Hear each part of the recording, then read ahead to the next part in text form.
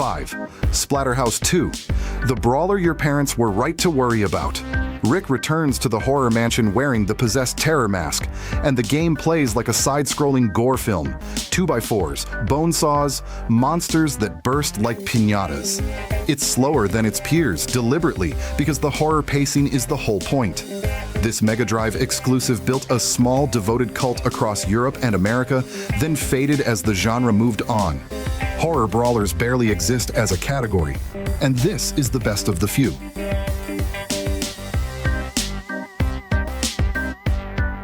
4. Knights of the Round, Capcom's Arthurian experiment. On the surface, a handsome medieval brawler, Arthur, Lancelot, and Percival carving through armies. Underneath sits something quietly radical, an experience system. Your knights level up mid-game, changing armor and weapons as they grow, a role-playing spine inside the 1991 arcade brawler, years before that fusion became fashionable. The 1994 Super Nintendo port is how most players met it, and most players never did. It spent its whole life in Final Fight's shadow at its own publisher.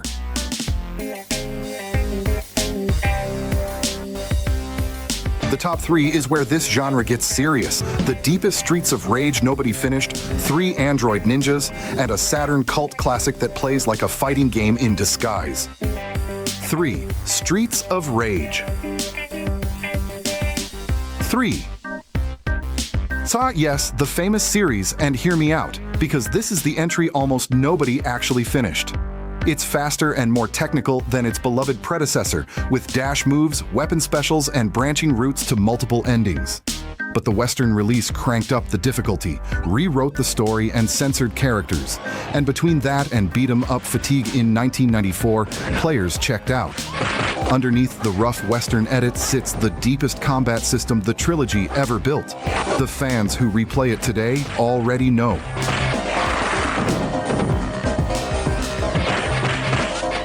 2. The Ninja Warriors. 3 android ninjas, 1 dictator, and some of the biggest, smoothest sprites the Super Nintendo ever moved.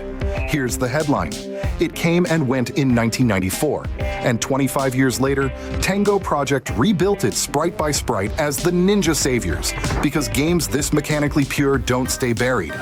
Each android plays completely differently. The hulking ninja, the agile kunoichi, the tricky kamitachi.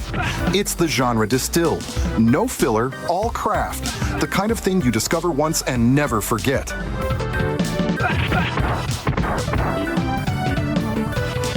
And number 1, Guardian Heroes, Treasure's Saturn brawler that plays like a fighting game in disguise. Air juggles, magic systems, a branching storyline with multiple endings, and 6-player chaos in versus mode. It expanded what a beat-em-up could even be, on a console far too few people own to notice. If this list convinces you to try exactly 1 game on real or emulated Saturn hardware, make it this one. Then thank the small club of Saturn owners who've been shouting about it since 1996.